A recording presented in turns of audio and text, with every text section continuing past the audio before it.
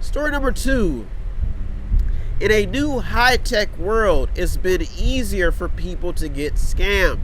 Yes, if you haven't been keeping an eye on technology, we are putting our data into computers, we're putting our data into applications, we're putting our data into all types of things, and they're talking about how this could it's making it easier for people to get scammed, even hackers hacking into people's databases and all types of unbelievable things happening across the globe.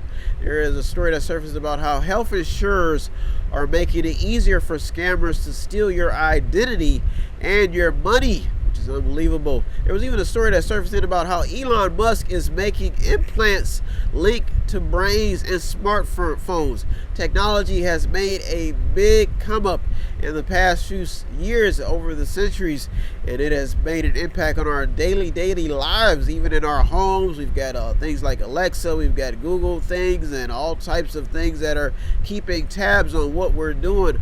There was a story that surfaced in about how I checked about how Google and I think I think there's like they're talking about how some data they're keeping track of your information when you're going on certain porn sites. So the technology has changed a lot.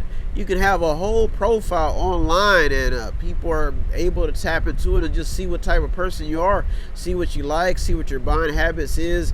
They're talking about how Bernie Sanders, the story has surfaced in about how he's absolutely certain that if he gets in office, he wants to break up Facebook, Google, and even Amazon. So they're trying to regulate or attack these tech companies. They've just become too powerful. They're in everything: smart devices, TVs, computers, all the things that you consume is now in a technology bubble, some server somewhere. It turns out that kids are also becoming victims of technology as well. There was a story that surfaced in about how they are stealing their parents' credit cards and racking up high spending on video games. So they found a way to not only make children addicted to video games, but they found a way to get your dollar when it comes to that. That's why story number 2 will probably gain some steam in the next week as these candidates, not only candidates, but people try to get a grasp on technology. How real could Facebook Libra become? That's money. Not only are they tapping into your data, but they're trying to make you spend or have money. That's technology. If you haven't heard about the Facebook Libra, that's a digital currency that Mark Zuckerberg is trying to make real. Yes, this is a new idea for currency that has some people concerned about how far technology can really go. If you thought it was getting any worse or how big technology has become too big to fail, they're even talking about how the SEC is calling to starting to censorship some of these technology sites because of the fact that they're putting data and information, they're putting massacres online.